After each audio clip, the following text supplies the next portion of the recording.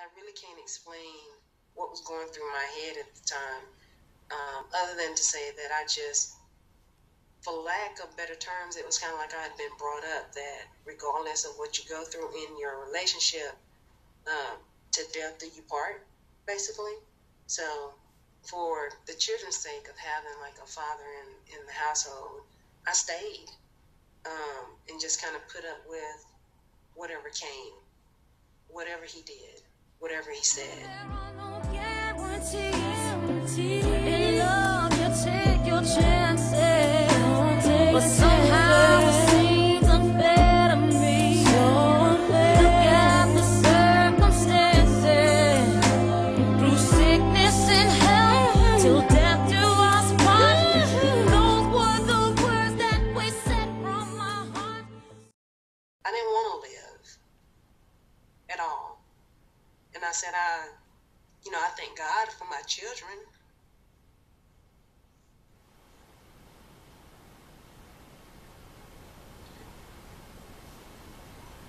Because they kept me strong. And they kept me focused. But, I felt worthless. Everyone in the world has gone to bed one night or another with fear or pain or loss or disappointment. And yet each of us has awakened, arisen.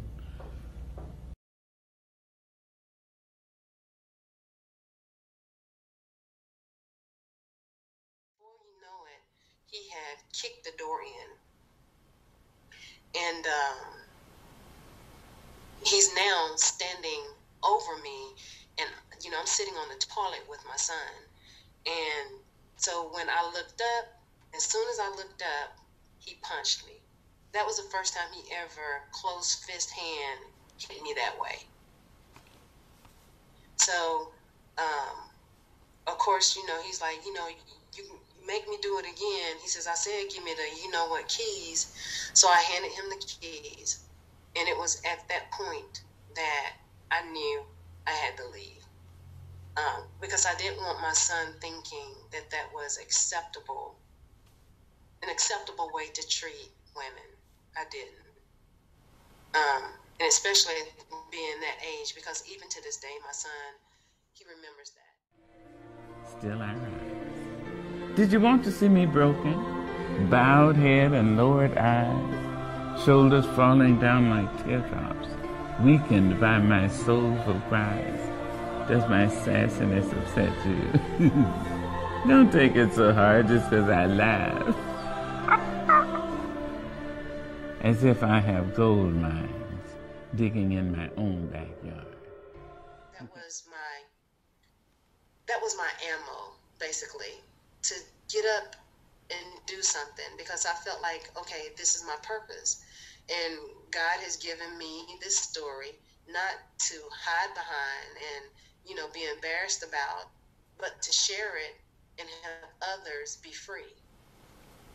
So that's what I started doing. I started speaking about it. I formed a group for ladies where we do, work in the community called Heels and Wheels.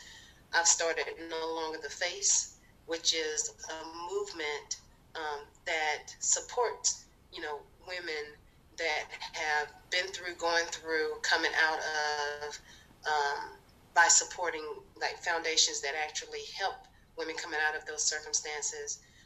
It's a movement.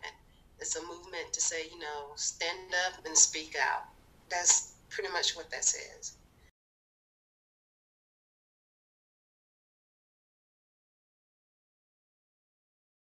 Now, I was raised in a really strict Southern Baptist home, Christian home. And my father, of course, is a preacher. I'm a PK. And then as I grew up, leaving home and going into the military, the first time that I actually experienced that was with my ex-husband.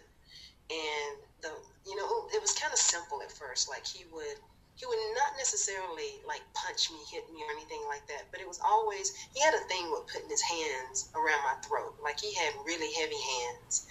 and or he would squeeze my arm like really, really bad. And at the time, you know, I'm in my like early 20s or so I really didn't think about it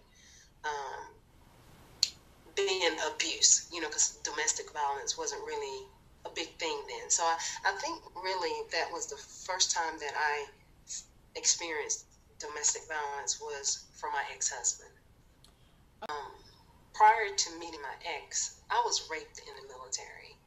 So when I met my ex, he was, I guess he was almost like an escape for me, because he took me away from a lot, or it appeared that he took me away from a lot. So I felt real comfortable with him, like I could share, and I told him about my rape, and he was very sympathetic. And then coming, like I said, from a very sheltered home, he was like really my true first boyfriend, so to speak.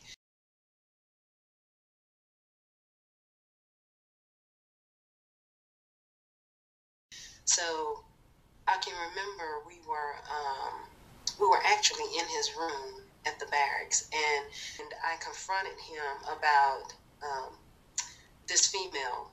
I had basically found a number in his pocket, and you know, his biggest thing was, well, you shouldn't be snooping. You shouldn't be looking at my stuff. You shouldn't be even going through my stuff. That's my personal stuff. It was always that same thing with him. And I can remember him walking over to me because he got really, really angry. And he just kind of put his hands around my throat, not enough to squeeze to make me, you know, like choke kind of, but it did. It shocked me. And I was like, okay. I didn't think about it, like getting up and walking out. Like if that were to happen to me now, you know, I'm out. But then it was just kind of like, okay, well, twisted as it may seem, it's like, dang, he really do care about me. That he's, you know, he's doing this to me. Mm-hmm. So that was my first reaction. Okay.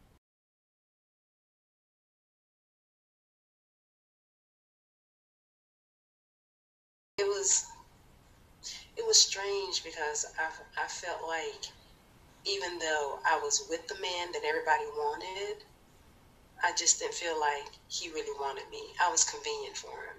And I was like the woman that would do anything for him. He was a really, really flirtatious man. And I knew that there were other women. But you know how you are when you feel like you're the only one, but in the back of your mind, you know that you're not. Yeah. Yeah, I knew it all the time, but it was kind of like I didn't really want to. I didn't want to believe it because, you know, I had a man. He was an older man. I was 19. He was 24. And he was exposing me to a lot of things that I hadn't experienced before. Just in life, period. Coming from Buford, Georgia. He's from Kansas City, Missouri. So I was country. He was city. So he was showing me a lot. In the world and sexually, I just be honest. He was my first with a lot of things outside of, you know, me being raped. And I was in lust or infatuated. That's pretty much what it was. Like, he built me up to tear me down. Like when he met me, you know, he sent me to get my hair done, and you know, took me shopping, and you know, bought me high heels, you know, got my toes done because I was really uncomfortable about my feet. You know, I had really big feet, and I never wanted to show my feet. I'm a size 10, but you know, to me that was a big foot. I was very insecure with the way that I look. I really didn't work, you know, dress up. I hated my hair. I was, like I said, I was just a country girl from Buford, Georgia that really hadn't, you know, wore high heels and dressed up and wore makeup. So it was like he built me like up to like eventually, and over a period of time, just totally tear me down because my self-esteem went from, oh, I'm like the sexiest, finest thing, and you know, I got the man on, you know, in the army at that point in time that every woman wanted, but I'm the one that, you know, is driving around his car, and you know, I'm out in the public and seen with him.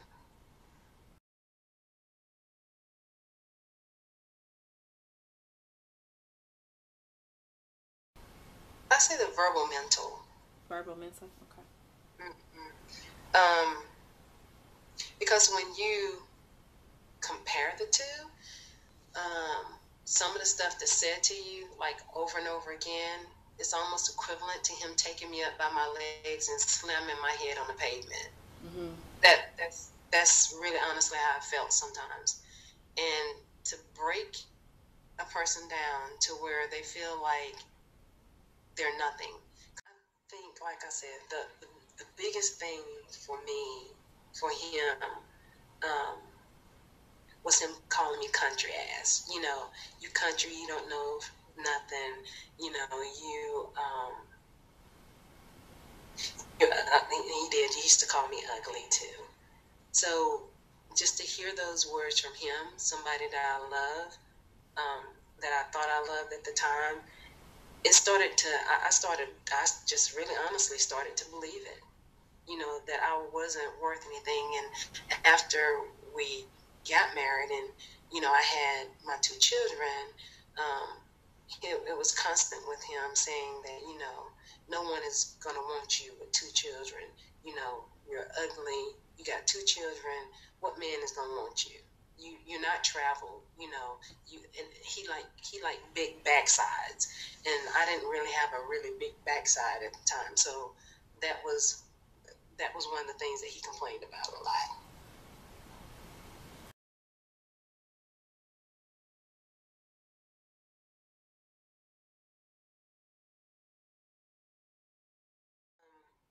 After I had my daughter, I decided that, you know, after coming back, they had already sent him to Saudi Arabia. And when I came back, I had decided that I wasn't going to stay in the military, that I wanted to get out and raise my daughter. So he was coming around kind of sort of, but still really denying. He was there at the hospital with me when I had my daughter. But he was still denying that he was a father.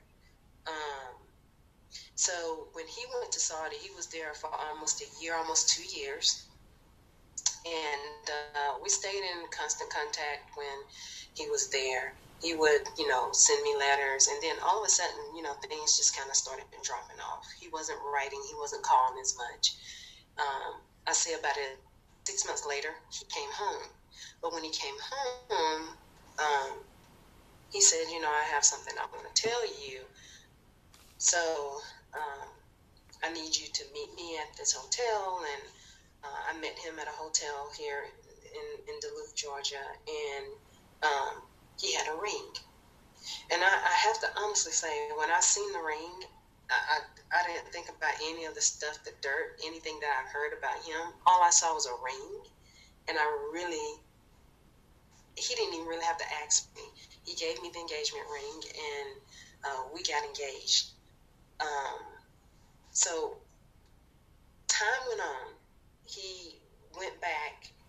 He was stationed in Fort Sill, Oklahoma. So we had agreed, because I wasn't really happy being back at home, you know, with my parents, and I really did miss him. So me and my daughter, I saved up enough money. I took my last paycheck, and we got on the road from Georgia, headed to Fort Sill, Oklahoma. I drove there. I got there. I was miserable, but I still married him. We got married on October the 16th of 1994, and it was at a courthouse in Fort Sill. I think it was Fort Sill, Oklahoma, or the next city. I can't remember exactly where it was, but we got married at the courthouse. We got married, had a blizzard at the Dairy Queen, and he went back to work. And I was married. Mm-hmm. I had become a full-time wife and military mother.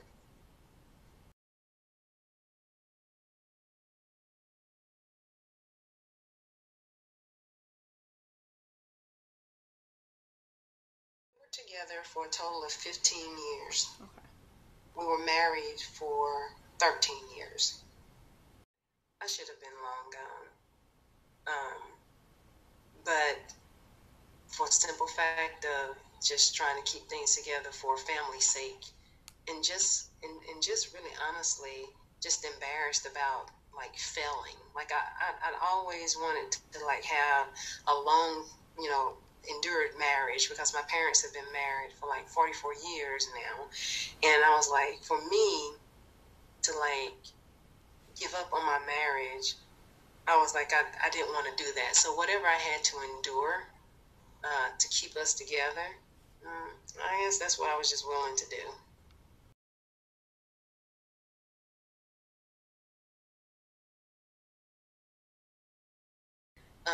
With regards to isolation, I had no friends.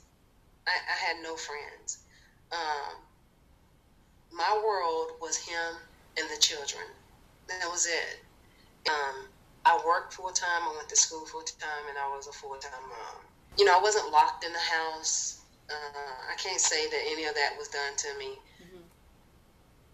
But I didn't have friends. I didn't socialize. I said, my job, so to speak, was to take care of the children and him. Whatever he needed, whatever the children needed, that was my sole and only purpose. Me as a woman, I didn't feel like one. Like, it was almost like robotic. I'd get up, I'd take care of the children, I go to work, I come home, I take care of the children. And that was like 7 days a week, 365 days a year. That's pretty much what I did.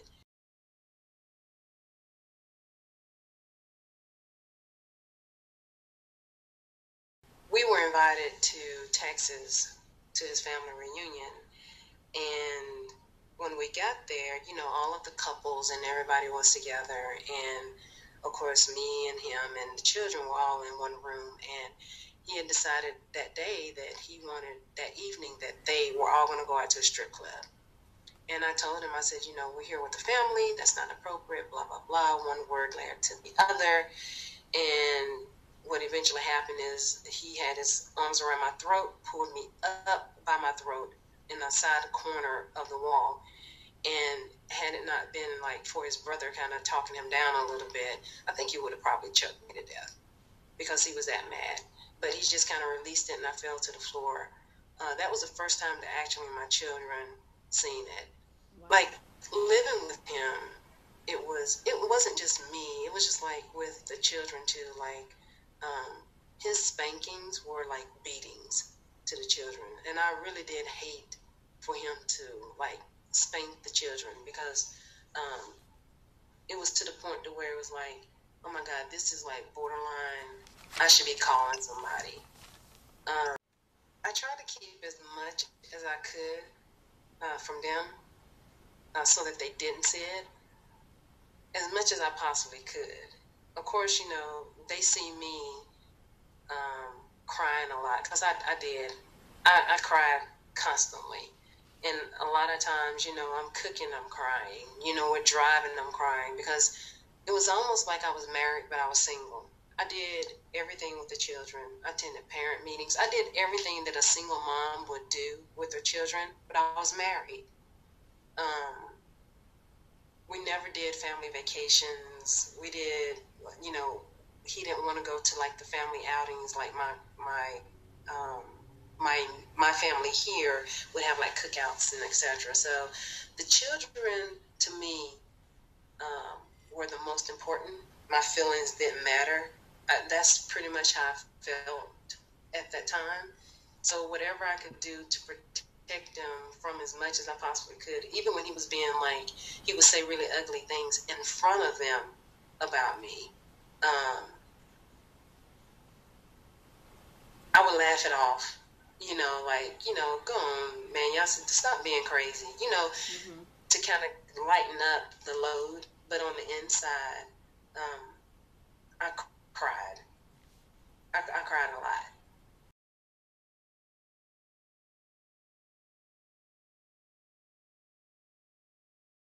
Like, there were times that when we lived in Fort Sill, Oklahoma,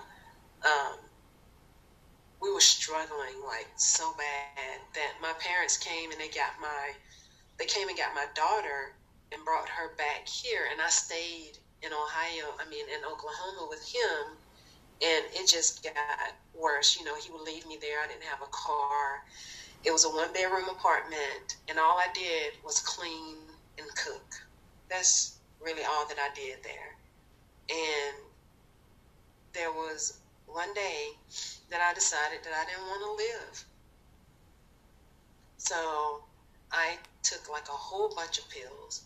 And, you know, it was like I wanted to live, but I didn't. But, you know, like, seriously, like when people really want to kill themselves, if you really want to die, you're going to do it when you know no one's going to find you.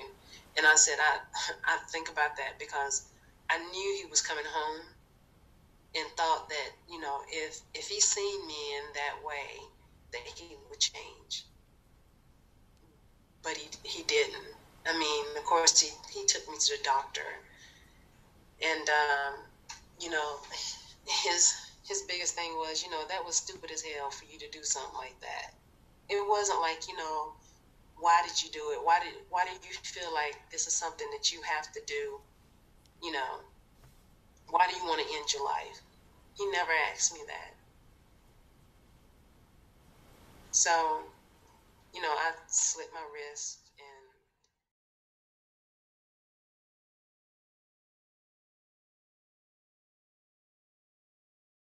he was very harsh.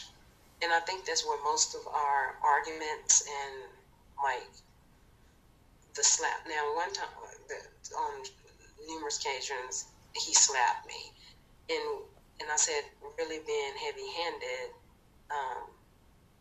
I would, when he hit me, they were felt, believe me, and just escalating over the period of our marriage. I just really started to like fall out of love with him. But like I said, for the simple fact that we had children together, I was trying to really keep everything together so that the children would have their father. I remember one time I was pregnant with my son, and he and I were arguing, and we lived in an apartment, and an apartment in Swanee, Georgia, actually. And we were arguing, and what he did is he kind of pushed me, but I didn't realize that I was that close to the steps, and I actually fell down the steps. And I think with my son, I had to be at least like 6-7 months pregnant. So what happened is the doctor took me off, because I didn't tell the doctor that's why I was hurt, because he had asked me, okay, well, you know, what's going on? You know, there was some clots, and I didn't really want to tell him exactly what happened, so he put me on bed rest. So I was on bed rest. My phone rings one day, and it's this young lady, and she goes, "Can I speak with, you know, Emmanuel?" And I said, "Who is this?" And she said, "Who is this?" I said, "His wife." And she says, "Oh." She says, "You're his wife?" And I was like, she says, "But I thought you were his sister." And I said, "His sister?" And she goes, "Yeah." She says, "His sister?" And I was like, "No." I said, "I'm his wife." So, well, to make a long story short, this was the woman that he'd had twins by. And he had been flying her down to Georgia. And they had been secretly seeing each other like once or twice a month at the hotel up the street from the house. So he'd pretend like he's going to work, stay gone all day, come home the next day like he's been at work. And I'm like, you got to be kidding me.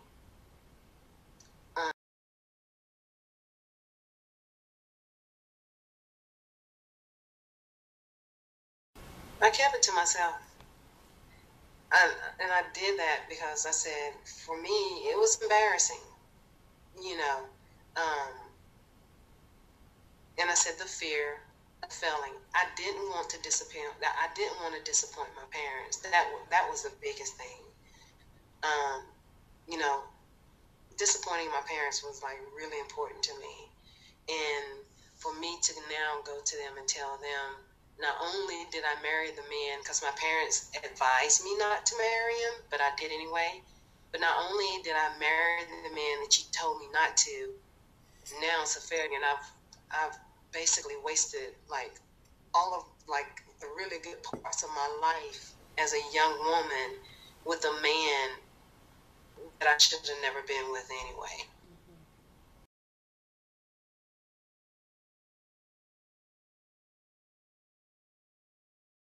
After we divorced, and this was maybe a year or two after we divorced, he finally said to me that, he apologized for the things that he did to me. It fell on deaf ears. And at that point in my life, I didn't want to hear it. I listened to it, but, as bad as this may sound, I didn't forgive him. I didn't want to forgive him. I told you my biggest thing was I just wanted him to hurt. I wanted him to feel what I felt all those years, I wanted him to feel the same thing, just like multiplied 10 times over, because I felt like he took a lot away from me that someone could have really enjoyed. Mm-hmm. So I wasn't moved, thrilled about him apologizing. I just listened and continued to think about what I could do to hurt him.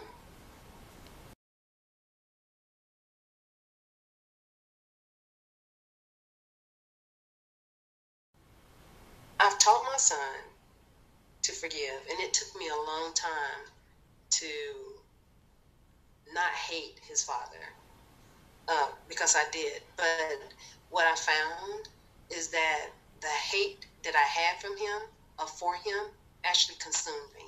So all I could ever think about was how I could get back at him, how I could hurt him as much as he hurt me. What could I take away from him that he has stolen from me for all those years? And the more I thought about it, it was like I was infected with thinking about vengeance all the time about him. And so I started praying a lot. Meditating, and just really speaking truth, to my pastor about really honestly how I felt. And the more I went to church, the more people that prayed for me, the more I talked about it. That's funny, because once I started telling people about what I've been through, what I was going through, I started feeling lighter, so to speak. And it was a much easier process to actually forgive him and not hate him. So, we speak now for the sake of, we have children together. And I try to keep it as, civil as I possibly can. And the relationship that he has with his children, with my son and with my daughter, is totally in their court. I'm not like the go-between. Mm-hmm. Hey, have you called your father? Have you talked to your father? I don't do that. So my son, he loves his dad. I know he does. And I don't encourage him not to, because that is your father. My daughter doesn't have a relationship with him at all, because he was never a father to her as a child. So just forgiving him has healed me. Mm-hmm. And I said the biggest thing is is who I serve, because even in the midst of everything that I was going through, when I wasn't even focusing on God, he was still protecting me. And I just feel like, there's really a genuine purpose of why he didn't let me die, because of what I'm doing now. And, I've said it before, but, you can't do too much when you're 6 feet under dirt.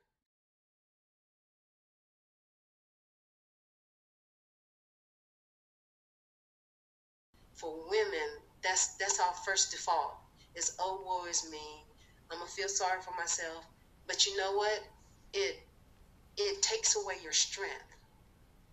If you get mad as hell and realize that you're worthwhile, like if the person that you're with is not seeing the value and they don't value you, it's time to walk away. It's time to leave. It's time to plan. It's time to make it's time to make some type of plans to change your life. It has nothing to do with them.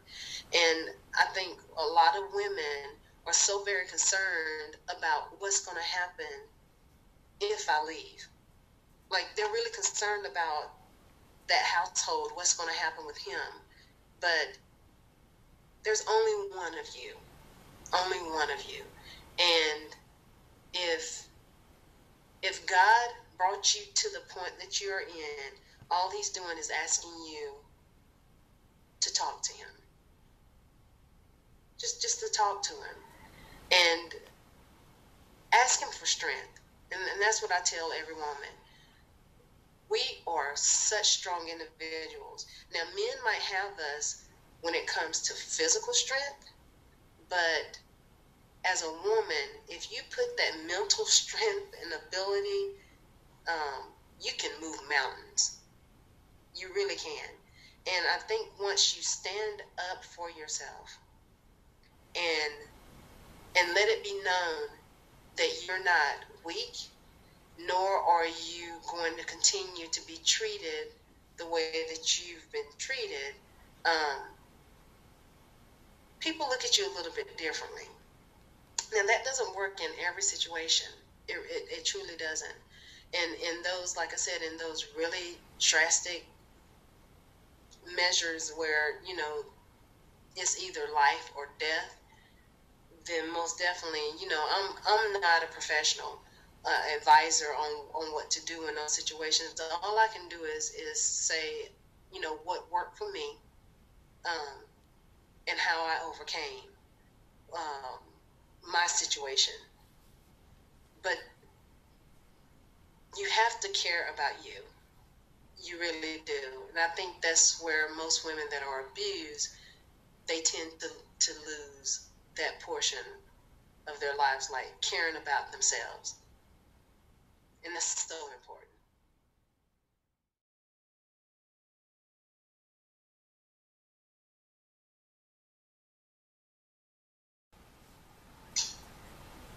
But God, that is really, honestly, my testimony.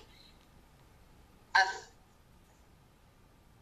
had to see, you know, it took me to look in the mirror and not really like who I saw looking back at me. I have to give credit to this one lady, and I'm going to give her a shout out. Her name is Faye Josephs, and she's with Sister Circle in Lawrenceville, Georgia. And I met Faye through a networking group a while back, maybe a year, maybe 2 years ago. And she, even when I met Faye, I was still going through some issues in my life. But it was like God actually sent her to me. She came up to me at this group and she goes, you know what? She says, I don't know why I'm, you know, speaking to you. She says, but I want you to speak at my event. And I'm thinking to her, like, I really don't know you, lady. So, you know, and she goes, yeah, she says, I want you to speak. She says, you don't have to speak long. She says, but it's going to be a room of survivors. And I'm thinking, my first thing I thought about was breast cancer. And she says, well, she says, they're domestic violence survivors. And I don't know, it's just this whole feeling came over me. And I was like, no, I haven't really spoken public to anyone about my story. I can't do that because, you know, people see me as a happy-go-lucky, this little glossy face, you know, smile at everything, and behind that face, if you take a picture of that face, it's just like behind there you see a woman that is like broken. So I was like, no. I said, I'm not interested. She says, yes. She says, I've already put you on the program. And I was like, and she just walked away. And I prayed about it. I was like, Lord, guide my tongue. Because this woman is trying to make me do something that I don't want to do. I don't know her. So long and short, we talked afterwards. And she just kept strongly encouraging me to. So I did. I spoke at her event. And for the first time, I felt like I was standing on clouds, really, after like telling that group of women, because there was women in there in tears. There was women in there, they said that they felt empowered. And it was something that just like this big light bulb clicked in my head. And I was like, whoa, okay.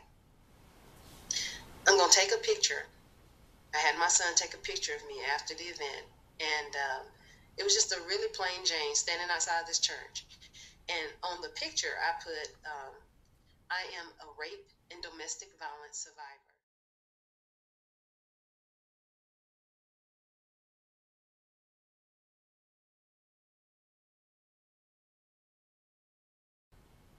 And that one picture got close to almost 200 likes.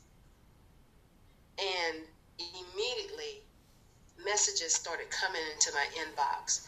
And they were like, Sheila, I didn't know. How did you hide it so well? By the way, I was in an abusive relationship. My father molested me. I was getting like all of this, like messages, like overwhelming actually. And I'm thinking to myself, these are women that I see and that I've been talking to, I've known for quite some time. I'm feeling blessed and empowered. And I want that to, leak into other women, to let them know that you too, you have a voice, you have a story. And, stories are meant to be told. And that's just, but God. That I just keep saying that. He's just awesome. I'm a woman, phenomenally. Now you understand just why my head's not bowed. I don't shout or jump about or have to talk real loud. When you see me passing, it ought to make you proud. I say it's in the click of my heels, the bend of my hair, the palms of my hands, the need for my care, because I'm a woman, phenomenal woman, all you women, and me.